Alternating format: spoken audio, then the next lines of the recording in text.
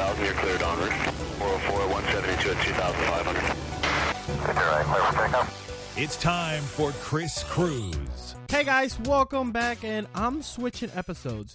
We had a stressful weekend, and I don't want to downplay what happened over the weekend, but I want to kind of tell a story of, yes, you can do something if you put your mind and take up the challenge. So I was browsing to Twitter, and one of my friends was kind of retweeting somebody.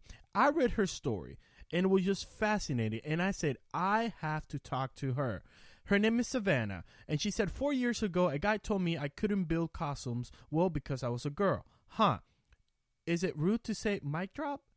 And I was looking at her website. I was looking at her pictures. It's a fascinating costume builder.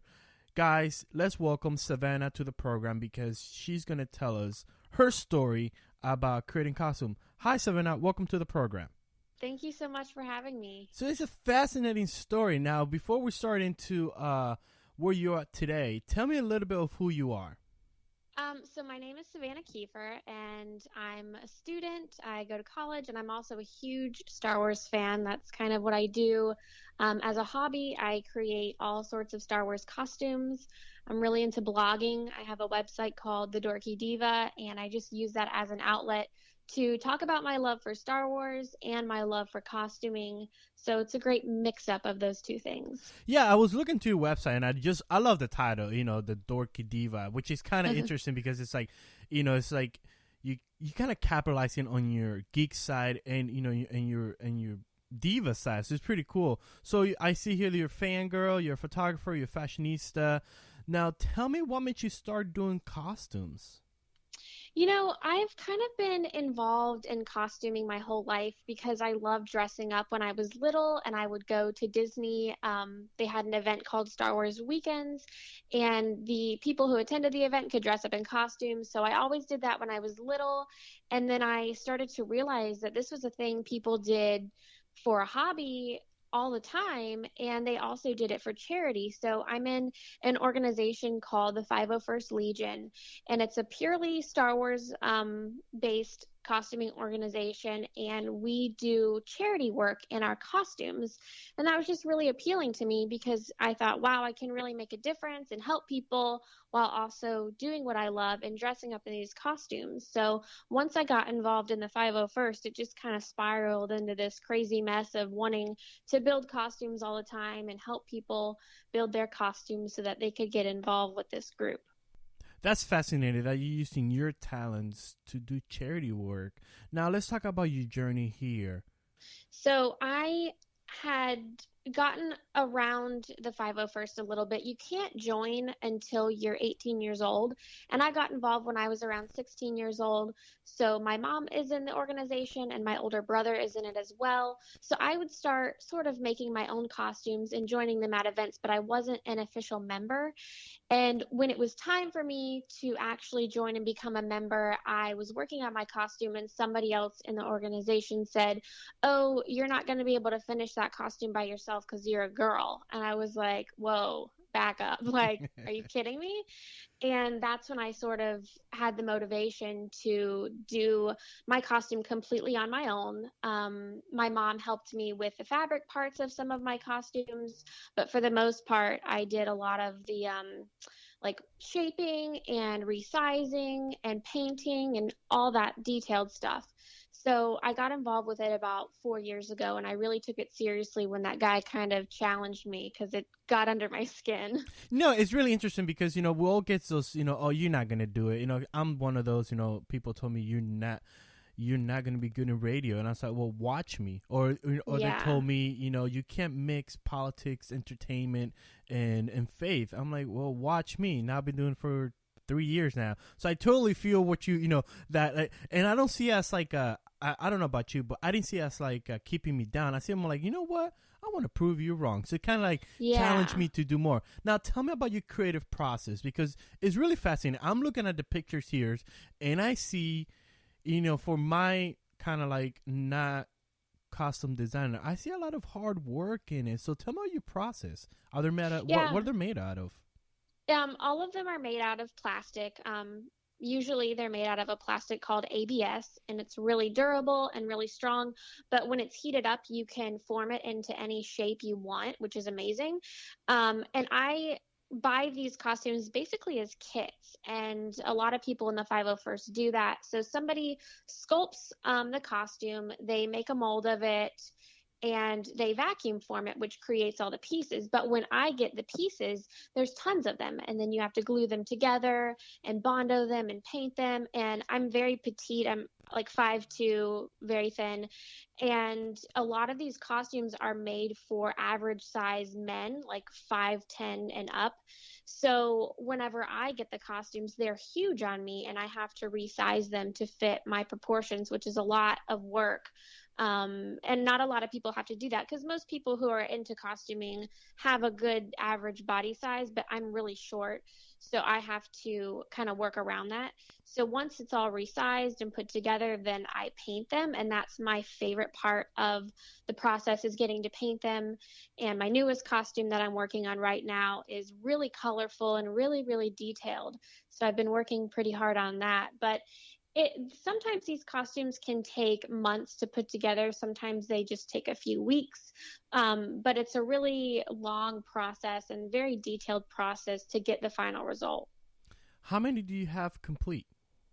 I have only 2 for myself because of my size, but some of the ones that I listed in my tweet, the pictures, were actually friends of mine that I helped make the costumes for, or made them completely for them.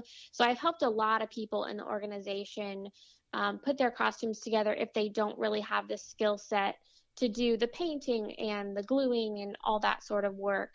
So because of my size, I have limited options for costuming as far as Star Wars costumes, but I've helped a lot of people. So I've done like a dozen or more different armored costumes for other people. Now, is Star Wars just something that you focus on, or do you focus on other costumes? Yeah, I typically only do Star Wars costumes. Those are the ones that I take like really seriously and try to do very well. But sometimes I'll go to like Comic-Con and I'll just wear something fun, like a Robin costume from Batman. Or one time I cosplayed as Peter Pan at MegaCon in Orlando, and that was really fun. So sometimes I do things like that, but for the most part, it's usually Star Wars costumes. That's actually, I was going to ask you if you've ever been Peter Pan, because you talk about being short, and Peter Pan was played by by a female. So, that was my next question, if you ever, played as Peter Pan. Now, I'm looking at your website, and I want you to talk to me about Dorky Diva of the Week. Yeah, so I started this over the summer, and I actually need to catch up with it because I got so busy. But this was something I started just to focus on different fangirls that love Star Wars, because I have so many amazing female friends that are into Star Wars costuming or writing or fashion, and I just love their talent and their passion for Star Wars, and I wanted to feature them on my website. So every week I've been picking a different fangirl and sort of interviewing her and spotlighting her, and I'll put some pictures in there of her or whatever she's into, just to kind of give them the spotlight and give them some time to shine, because there are so many amazing people that inspire me, and I want them to know, like, I think they're really awesome. And no matter how long you've been a Star Wars fan, just the fact that you love it and you want to celebrate it is amazing to me. So sometimes I have people that are like, oh, I just got into Star Wars when The Force Awakens came out, but I would love to be featured on your website. And I'm like, that's awesome. And then I have people who saw A New Hope back in 1977. So I've been just featuring all sorts of fangirls that love Star Wars, and it's been really rewarding for me, especially to meet new people, because sometimes people will email me to be featured and I don't know who they are, but it's an awesome opportunity to make new friends. Yeah, totally. Because again, I found you because one of my friends retweeted you with like, wow, that's fascinating.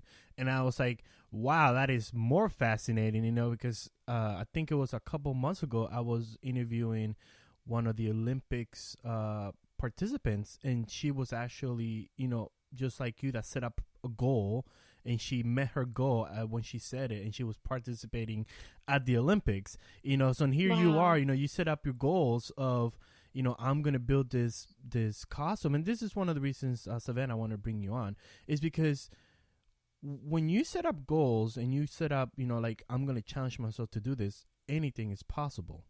Mm-hmm. So I want you to kind of reach out to my audience and, and those people that are trying to, make a YouTube video, or not even that, go for a job. They feel discouraged because they don't haven't had a job in a while. What would you tell to those people and how to overcome that challenge? I would just say there's going to be a lot of people who will put you down, and you'll even put yourself down. You'll tell yourself, oh, I can't do this. I'm not able to do this or whatever. But you just have to keep going for what you want. If you want it bad enough, you can make it happen. And you have to work really hard for it. I mean, I didn't just magically snap my fingers and these costumes appeared. I worked super hard. But there are people out there who will encourage you. And it's amazing because, in this tweet, I talked about this one person who put me down. But in return, I've had so many people reply to me and say, wow, that's amazing. Oh, look at these awesome costumes. You have great skills or whatever. So the good will always outweigh the bad, and you can achieve anything you want. You just have to work hard for it. Guys, that's all it takes is hard work, planning, and just believing in yourself. Savanna, how can people get in contact with you and find more information about you?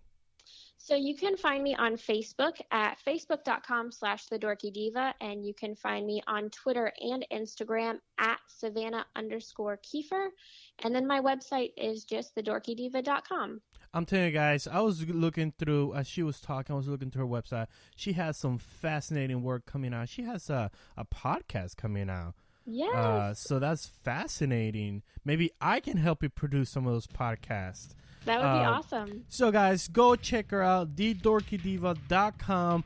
And if you like this podcast, make sure you're sharing with friends and family. Go find me on Twitter and tell me what you think about her, or tell me what you want me to talk about. Visit me at RC_KRIS,